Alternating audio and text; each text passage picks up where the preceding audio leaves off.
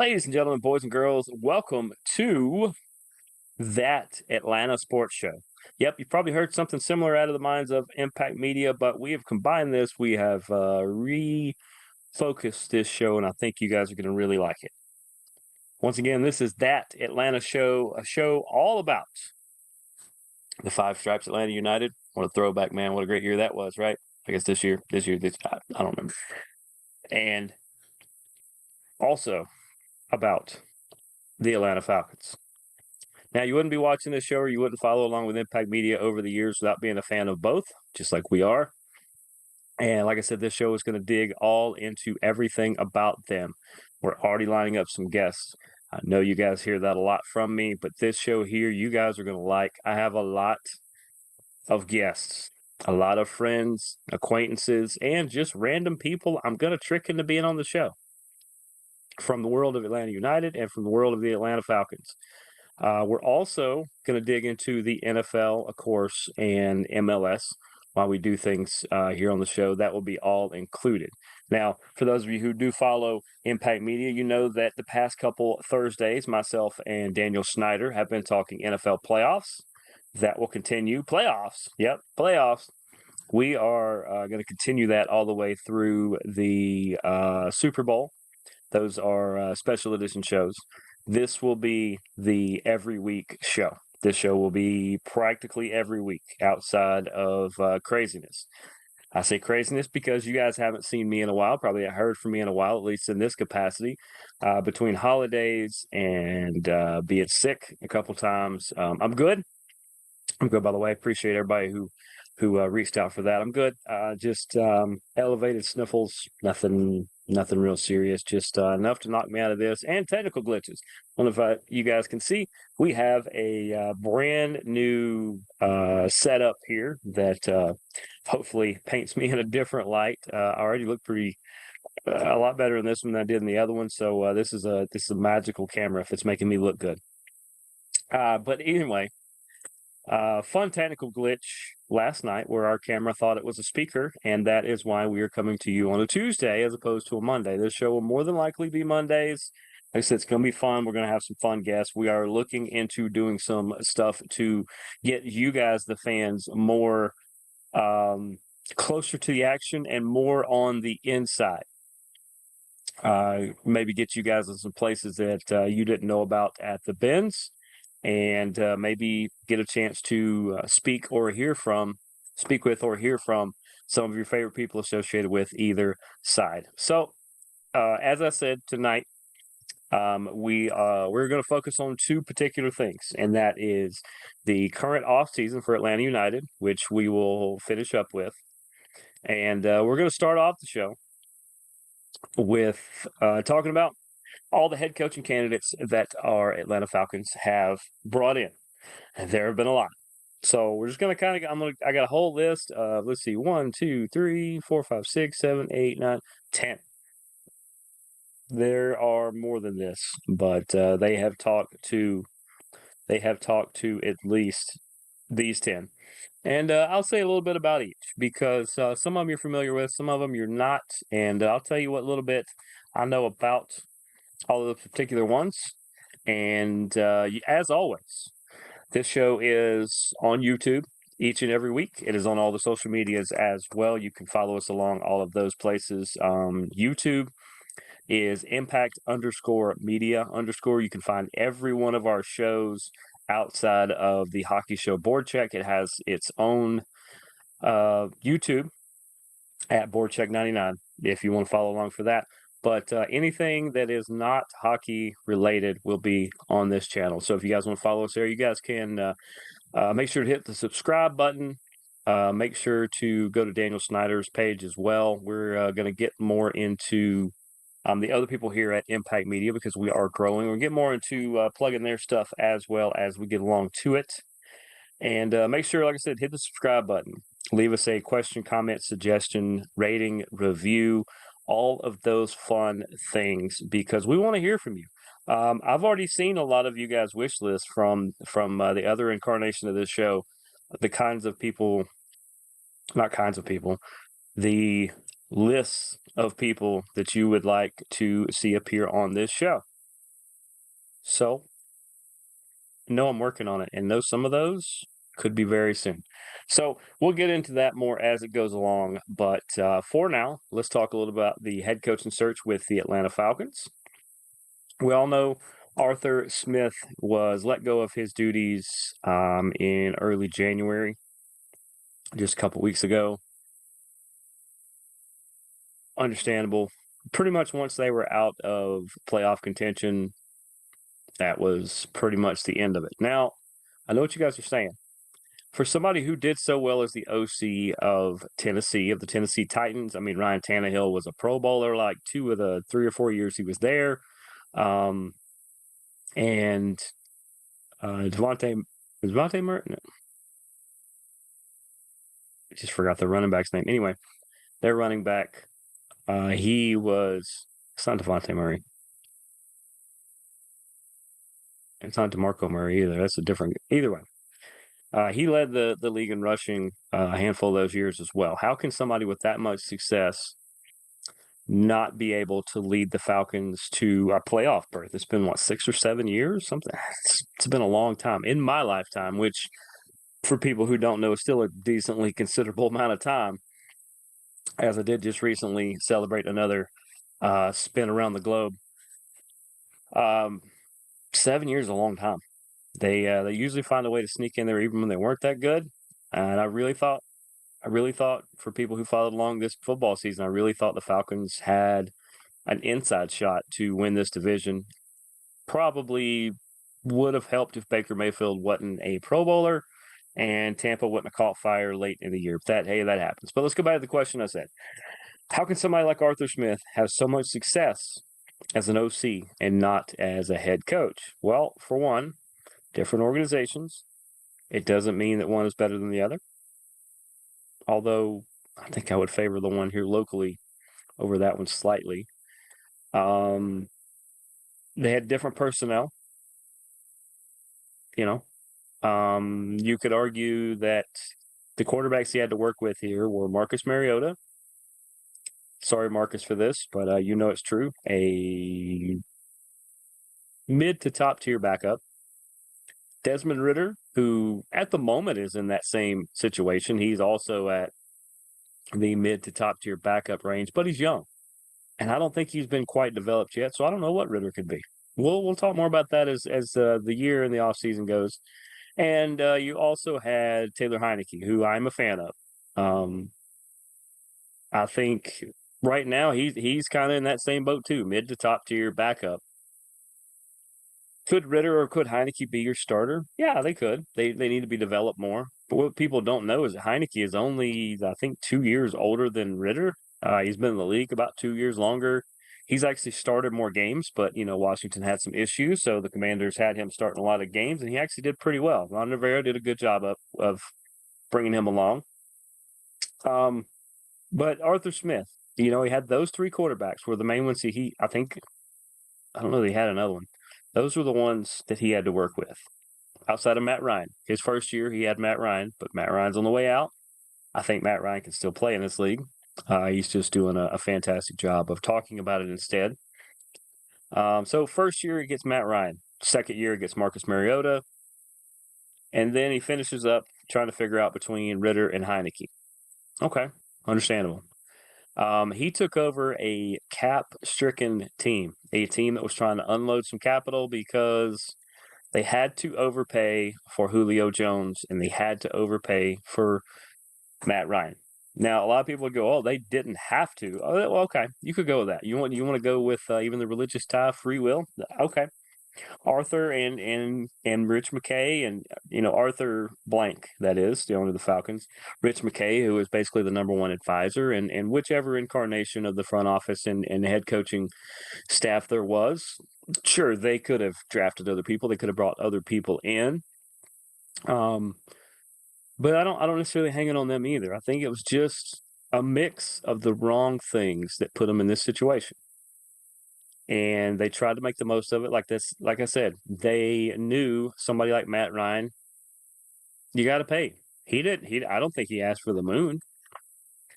But they kept moving that cap number down the road because this team was close, and they were close to really making that jump and really being a second, third round, maybe even potential Super Bowl type team.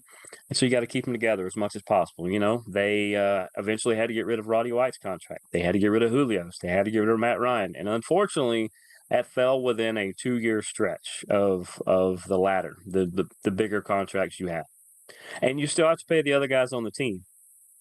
But, you bring in people like Jesse Bates, you draft well.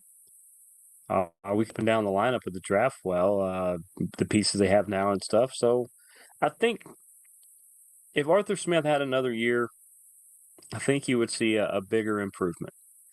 But, kind of like a new president, you get 4 years. Well, the first year, you're cleaning up the other guy's mess. The second year, you're pretty much planting your own trees. You're trying to get your stuff grow as it goes along. The third year, you're making sure to water the poop out of those plants. You're trying to get them to just grow just as big as they can. And then that fourth year, you're finally seeing your stuff to come to fruition. You really need more time to really see them grow, but you're almost having to speed grow them the way a lot of things happen now, and a lot of times you're also thinking about a reelection, or you're trying to help somebody else get elected, or trying to keep somebody else. It's that last year ends up being a little more strenuous and busy in a different way, and so that's kind of how it is, the head coach. But you're not guaranteed 4 years. He inherits Matt Ryan, and then he inherits all those cap issues. Mariota did an okay job. I'll give him that. He wasn't a world beater, but you don't want him to be a world beater. You just wanted him to be Marcus Mariota, who can still play in this league. You draft Ritter. Ritter had a really, really good last year at Cincinnati, the University of Cincinnati, where he went. In fact, he did so well that I don't want to put him in this category because Blaine Gabbert's made a good career at it. Blaine Gabbert may be a good comparison for him.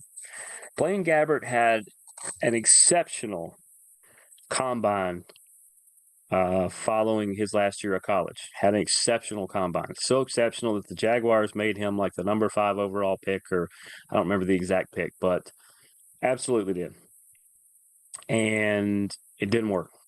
And he's a great guy. I met him when he was in Jacksonville. Super cool. But it didn't work. It just didn't work. So he had to kind of be a journeyman, and now he's picked up. He's done some really great things. He could be a starter in this league, but he needed a little time to grow and mature. Kind of back to my tree analogy. He's a planted tree, but without the right proper care, it's really, really hard. Look at Baker Mayfield. Baker Mayfield finally gets in an environment where he is supported, and guess what happens? He booms. He blossoms. Playing some of the best of his pro career for sure. Almost getting on his college levels, but different story. So here's the other argument to that too. Could Arthur Smith have done better with one more year? Yes, I think so. Am I against the move to get rid of him when they did? No. No, it felt like he was losing the locker room a little bit, not much. Not like the Chargers that just completely quit on their coach. But it just seemed like the message wasn't getting through anymore. And a lot of people knew they were playing for jobs, so they started to play differently. It just didn't work out. So that is what it is. And he's now gone. They kept Terry Fontenot, the general manager. I'm fine with that. He gets another head coach. Basically, to me, you get 2 head coaches as a GM.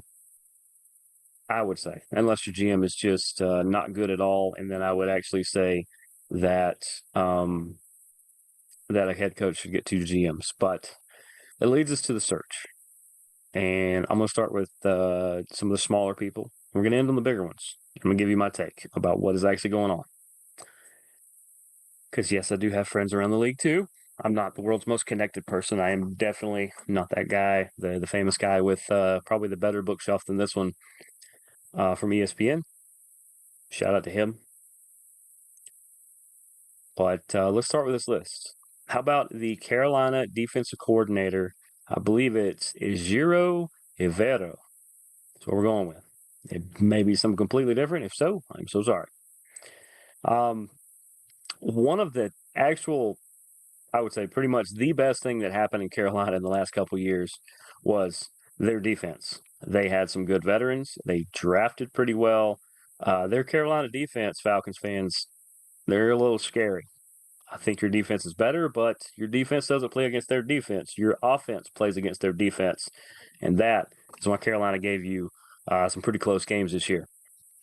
What do I know about Avero? Not a whole lot. I know he calls a good defensive game. And no matter who the Falcons bring in, if it's an offensive person, I want to know if they're going to be the play caller and the offensive coordinator or if they're going to bring somebody in. And if you're a defensive person, I want to know, are you going to call the defense or are you going to bring somebody in? And who are you bringing as offensive coordinator? I think that is the most important coaching hire this year is not the head coach. It's who the head coach brings in to run the offense. The offense is what needs the most help. In the right scheme, the pieces you got can do pretty well. I do think you're going to need a quarterback, but that is what it is. There are going to be some people available that we'll talk about in the offseason. But as far as Avero, it's not bad. He's been a hot name on the circuit the past couple years, so we'll see. We'll see where that ends up going. Then you get Brian Callahan, who is the offensive coordinator with Cincinnati. He's kind of been, unless I'm crossing this up, I believe that Tennessee has their eyes on him. Maybe that's a place that he could land. Steve Wilks, who has done a little head coaching himself, I believe it was Arizona. He's the current defense coordinator of San Francisco 49ers. I don't know if you've seen their defense, but they are mauling people. I would actually like to take their defense and let them kind of practice scrimmage against some Major League Rugby teams. I think the rugby teams will still come out on top because they play it all the time, but that San Francisco defense would be quite interesting on a rugby pitch. And I think his previous experience helps him out as well. He's probably going to be a head coach somewhere down the road. Maybe he's a guy to think about here. But him being defensive minded, I want to know who his offensive guy is. Who's the guy he's going to bring in? Yet Anthony Weaver. Anthony Weaver is the assistant head coach of the Baltimore Ravens, the team that is one game away from the Super Bowl. And he's the assistant head coach. He is very important to Harbaugh. He does a lot of very important things, but as an assistant head coach, Baltimore is going to be a little more lenient on letting him go and not trying to block him. But to be an assistant head coach means that Harbaugh knows he can be a head coach somewhere down the road and just basically didn't have a position for him, so created one because he's that important. I don't know much about Weaver, but like I said, if you're the assistant head coach under a Harbaugh, doesn't matter which one. In this case, John, I got to consider you a top candidate. We'll go to Mike McDonald, big time name. He also is a coach for Baltimore. He is a defensive coordinator. So he is between him and Steve Wilks are probably two of the most unpopular people in offensive meetings this year because, my goodness, the San Francisco defense, the Baltimore defense, they're scary. Every time you block one, two more show up. And it's just the schemes they have, you never know where the blitz is coming. These two guys really know what they're doing. Mike McDonald is a big name you've heard before. I've heard it a couple times before. He has a good track record. At some point, he's going to be a head coach. His name is not being talked about quite enough this year, so I'm not sure if he lands this year, but within the next 2 years, this year or next year, you're going to see him. To my top candidate, Raheem Morris. Raheem Morris is the Rams' current defensive coordinator. The thing he did before that, well, he was the interim coach before we hired Arthur Smith here in Atlanta. We should have kept him on. It's something the Raiders learned where they just brought on Antonio Pierce, where they should have kept Rich Bisaccia last year or a couple years ago. They brought they keep their inner room in this time. Raheem Morris. I believe he was just in town or just at a virtual meeting. You want to know how good he was? Well, the Rams' offense was spotty. It was up and down. It had its moments here and there. The Rams' defense is what helped them get as far as they did. They probably had no business winning as many games they did, but Raheem's defense was one of the things they could really hang their hat on. I would personally like to see him back. He is my number one candidate here. But I don't think that the brain trust of Arthur Blank, Rich McKay, Terry Fontenot, and anybody else they want to do, I don't think they need my opinion. I'll just throw that out there. I'm not going to be miffed if they don't listen to me. But if you want my opinion, I think Raheem is my guy. But I'm good with whatever they do. Whoever they bring in, I'm behind them. We'll make it work. Brian Johnson is a name we've heard in the last couple of years. He is the offensive coordinator for the Philadelphia Eagles. The last 5 or 6 games that the Eagles played offensively probably is not going to help him be a head coach this year. He'll probably be one next year. Their offense just fell flat. Not sure why they fell flat, but they did. And they're going to have to do some shaking up. I think they've done a couple things up there, but I don't think it was his schemes that made the offense fall flat. I think it was just lack of execution. So Brian Johnson, he's the top of a lot of people's list. I feel like he's another next year guy. How would he do here? Well, offensive-minded guy. Heineke's pretty mobile. Ritter's definitely mobile. If you wanted to run a similar scheme, you have way different personnel. But if you want to run a similar scheme to what Philly does, you could kind of make that work. You could make that work, and I like that. So pencil in Brian Johnson as he's on my list too. I think that could be something to look at. Aaron Glenn, who is the defensive coordinator of the Detroit Lions. Lions fans, how good's your defense? Yeah, good. So I think he's right there with Raheem and Mike McDonald and Steve Wilks, these defensive-minded guys. You put an even better – I think you lost your defensive coordinator this year to Carolina. So you put an even better defensive-minded coach with this defense, and you're probably looking top 6, top 7, top 8, especially with a good draft. Aaron Glenn, a big-time popular name. He might get a head coaching gig this year.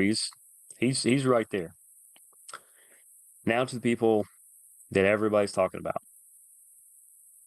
Like Jim Harbaugh, coach of my favorite team since I was a little kid, the University of Michigan Wolverines. Go Blue.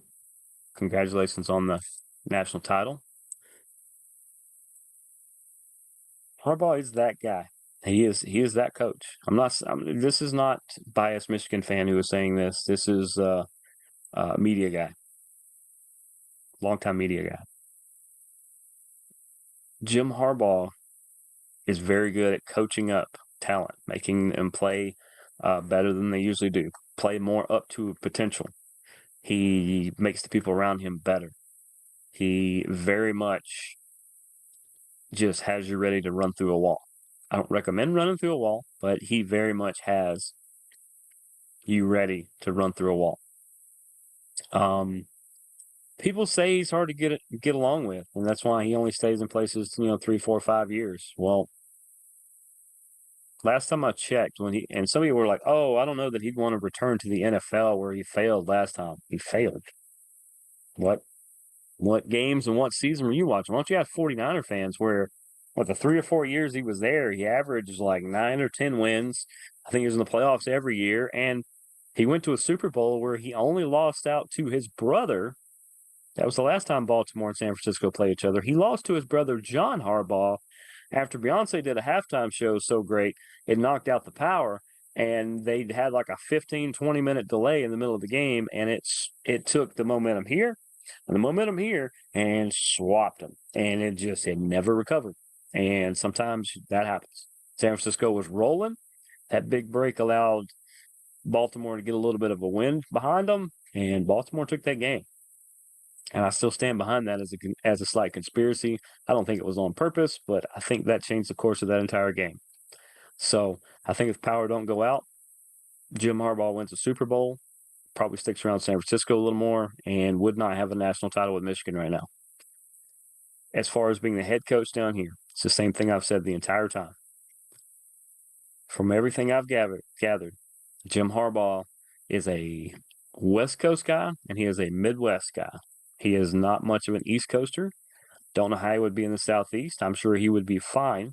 I'm not saying he wouldn't fit in or he would rub people wrong. No, it's nothing like that.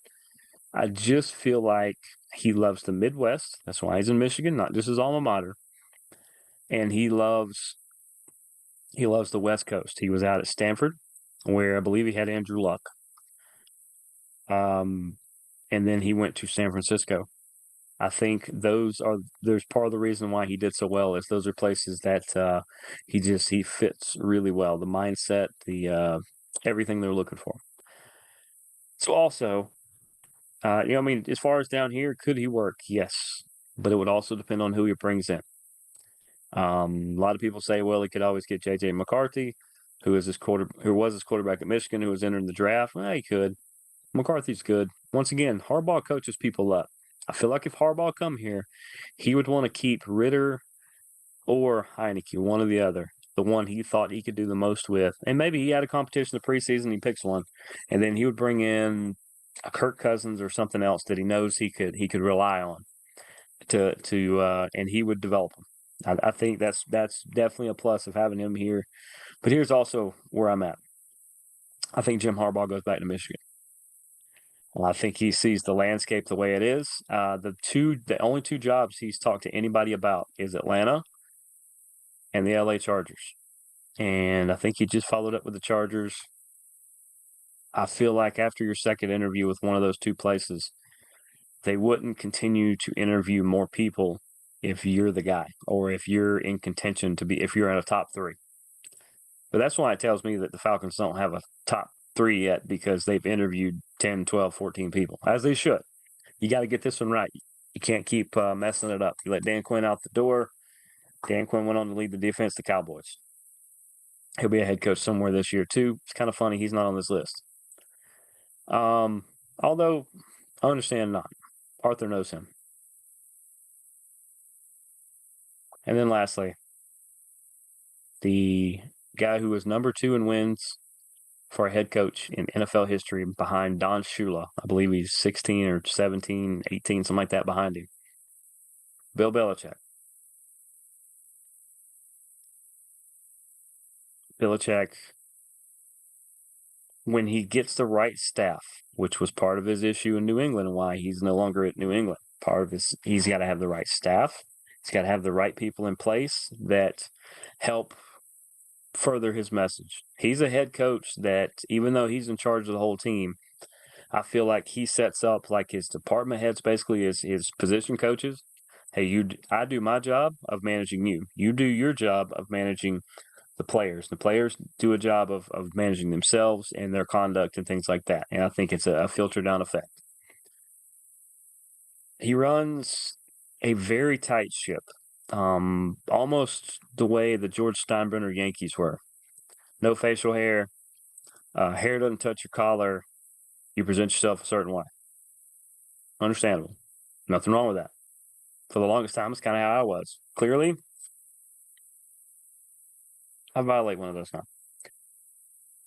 Would Belichick work down here? Yeah, he would. He would work down here. Once again, with the right staff. I feel like if he comes in, he doesn't develop quarterbacks. His staff can if he gets the right staff, but I think McDaniels probably won't be a part of this staff. I would hope he wouldn't. And I would argue that McDaniels doesn't really help a quarterback grow either. I think he just uses what he has, and just pushes that. So Belichick would probably bring in a quarterback. Once again, my guess, Kirk Cousins, probably the best available coming off an Achilles, nonetheless. But what do I think? I said all along. I said from the very beginning when these two people were suddenly unemployed. Bill Belichick to Tennessee could be really good, and Pete Carroll to Carolina could be really good. We'll see. We'll see. I think Tennessee is in the process of finalizing their guy. We'll talk more about that next week. But that's kind of the list at the moment. As people are eliminated or moved up or down, we'll talk more about it. I feel like probably either right before the Super Bowl, I'm talking a day or two, or right after, a couple days after, maybe a week after, is when the Falcons are going to tell you who their new head coach is, because it's time to, you should be looking at the draft. You should be looking at other stuff right now. It's going to be here in no time. Falcons fans, be on the up and up. And Arthur is listening. Arthur Blank is listening. Mr. Blank is listening. Rich McKay is listening. Terry Fontenot is listening. They hear you. So tell them, not only do you still have their back, not only are you still there, and not only still you're going to show up, you're going to buy the new jerseys, you're going to bring your kids to games, bring your nephews and nieces to games, bring your neighbors, whatever. Not only are you still there, but tell them who you want. Tell them who you want to see here. Maybe you want to see Belichick. Maybe you want to see Harbaugh. I mean, you can disagree with me. It's your free will to do so. That's just how I see the list at the moment. So we'll see what happens. I know they're talking to some other people, but we'll talk more about that next week. I want to talk real quickly about Atlanta United, who has had quite the offseason as well. And luckily, they're not looking for a new head coach. I think they have a good one in the one they have in Pareda. Or in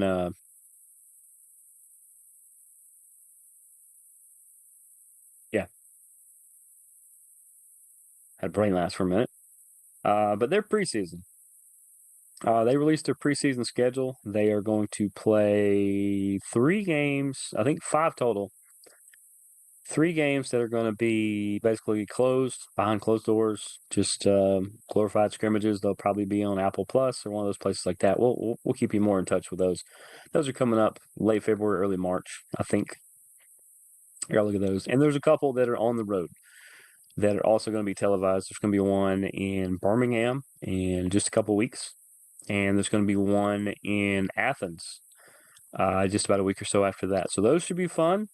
We don't know if we're going to travel to those yet. We are working out some things and got some things in the works. We'll let you guys know, obviously, any games that we will be at so that you can say hello, or we can come out and say hello to you guys. We are very much about the people.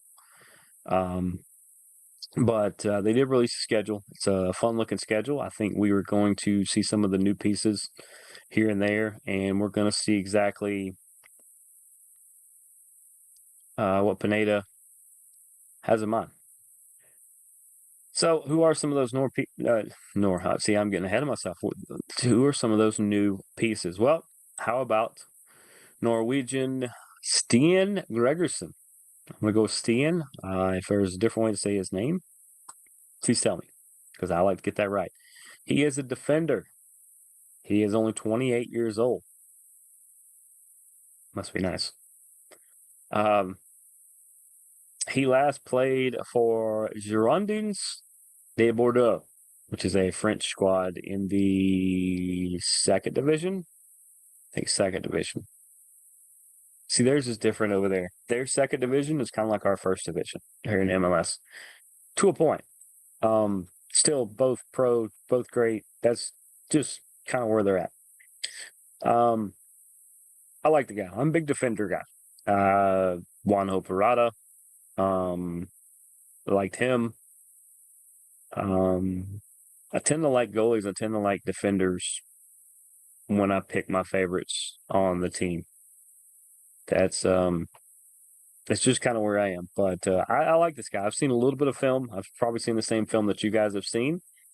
It seems like he is not afraid to take some chances and be a little aggressive, and while also making sure to cover himself and never get caught out of position very often, which is a good thing. I don't mind an active defender, but you can't leave the post open.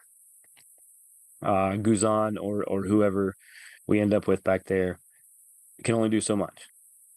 But uh, Stian, I think it's Stian Gregerson. I like him so far. Well, as it gets closer to the season, maybe I'll tell you guys who my actual favorites on this team are. And since I just mentioned him, let's go ahead and get this out of the way. For people who don't know, Brad Guzan, Guzan, Guzan. We'll go Guzan. Brad is your starting goalie. I think he's still going to play at least this year. He might play next year. I think he's going to at least play this year. You are bringing in people to compete with him, as you should. You are bringing in people to back him up, as you should. Veterans, rookies, all over the board. You should. Those are things you should do at every position. You should always have competition. You should always have people pushing each other. But also know that Brad is your goalie. And you guys can try to point all last year the this and that, and look, he lost a step, or he came off a major injury. It was his Achilles, I believe, the year before that. Completely popped, and it was in a different way than any of his teammates that had Achilles injuries, and it was a different way from almost everybody. I think he was healing throughout the year, and that limited his motion a little bit. And before you guys try to say, well, if he's injured, he shouldn't be in, he was still your best option. Did you think Westberg or any of those guys were better? I didn't think so. And they weren't bad. Just you're not Brad. Brad's a U.S. national team player. He's really good, and maybe he is at the end of his career, but he's still got plenty left, plenty more laps left in that race. So, as far as I'm concerned, he's my goalie until proven otherwise. What else happened? Franco Ibarra. He has been loaned to Club Atletico Rosario Central, which is in the Argentine Primera Division. He is loaned for the entire year. Unless I'm mistaken, that means Atlanta United's intention is that he will be there throughout the entire 2024 season. That loan can be called back in certain situations. But I think this is a way to help him mature, help him get more minutes. They want to use him more down the road, and it is a good time. You have enough people at his position that you want him to get minutes, and you want him to play with different style people to help him develop in the parts of his game that need to develop. So I very much like it. So good for Ibarra. I think we're going to see him next year, and he is going to be just outstanding and ready to go. They signed Dax McCarty, who is a midfielder. He is a veteran. He is, gosh, I forgot, he's third, I think, all time on appearances in MLS with 466 appearances in 18 plus years. He's a veteran. He's a midfielder. Once again, this is part of why Ibarra gets loaned out, is you bring in McCarty. You have the option to find Franco minutes, so you do that. Bringing in that leadership, you have needed a you've needed a Parkey and a Larunovich ever since they left, and you hadn't had them. You need that veteran leadership in the middle of the field. That's what Dax McCarty is going to be. Don't know if he's going to be the starter. Don't know if he's the guy off the bench. Don't know if he waves a flag. Don't know if he's in charge of the pyro, if he's going to hand people the hammer so they can drive the stake. Have no idea. He might hand out popcorn to everybody in row 6 of 202 section. Don't know. Doesn't matter. He's here for veteran leadership and to help develop people and to be that guy that you're just, maybe late in a game or maybe early in a game. Man, I need somebody to go eat up some minutes. I need somebody to go tie down the middle of the field so that the other team's star cannot perform as well as they do. Dax McCarty. In hockey, you used to call that a goon. That's basically what I think he is. And we need you to go in there and do the dirty work. And by dirty work, I need you to tie up the middle of the field. And he's very good at that. Also, congratulations to Thiago Almada, Edwin Mosquera, Caleb Wiley. They all got international call-ups. Of course, Caleb to the U.S., Mosquera goes to Colombia, and Argentina is the benefactor of one Almada. Now that I believe Messi is not playing with Argentina, anymore. I think he's just going to play for Miami here in MLS. Should be fun. Look forward to maybe getting out and seeing him play just once, you know. But if I don't get a chance, don't get a chance. But um, we'll talk about Miami another day because they have loaded up big time. They already got in trouble once for their payroll. I wouldn't surprise me if they got in trouble again, but I don't think they care. They're just gonna do it anyway. But like I said, shout out to Almada, Mosquera, and Wiley for getting called up to their respective squads for a couple international tournaments and tours of duty coming up, and we will see them closer to the beginning of the season. I'm not worried about those three players at all. We also picked up Derek Williams out of the re-entry draft. He spent some time with the LA Galaxy and DC United. The re-entry draft. This is people that are in the league that they're in various circumstances they become redraftable, and so it's kind of it's not the regular draft because they're not straight out of college or straight out of a club or developmental unit or something like that. These are people that have maybe played their first contract out and become available. So I look forward to seeing what Derek Williams can do. He has logged minutes in MLS, so he is going to be valuable to this team just for that alone. We'll see how he develops because he's the kind of pickup that this team normally gets. So we just kind of look and go, okay, they got Derek Williams. And a month from now, he's one of the top 5 players on the team. He just think of Gutman. I didn't really know who Gutman was much. Kind of liked the way he played. He just kind of played just all out. And then boom, you're just like, whoa, who's this guy? Derek Williams could be that guy this year. Who knows? And then lastly, the last part of news that they've had in the offseason since we last spoke about United, homegrown player Garrison Tubbs is going to DC United. Believe he's going to be on their second team, on their second level. I don't know if it's DC2 or what. I don't know what they call themselves. But basically, we're going to inherit back $125,000 in general allocation money, otherwise known as GAM. That is going to help whether it's buying down contracts or I got to get that right. GAM and TAM. I think generally allocated money or GAM. I think you can use to buy down contracts so that it opens up international spots and it opens up designated player spots and think DPs and stuff like that. I don't think it's we have $125,000. Let's go to Vegas or let's take a slow boat to China or things like that. I don't think it's that kind of stuff. I don't think it means you're getting lower hot dog prices at the Benz. You can't get much lower without them handing them to you. But I think I snuck enough things in there. Hopefully you guys enjoyed that. That's pretty much going to do it for kind of our maiden voyage. It took us 2 takes to do this. As I said, with just craziest technical glitch I've ever seen. Our tech guy who looked at it and another tech guy that I conferred with today, it's things they've never seen before. And welcome to the world of Impact Media. Because we do things differently from anybody.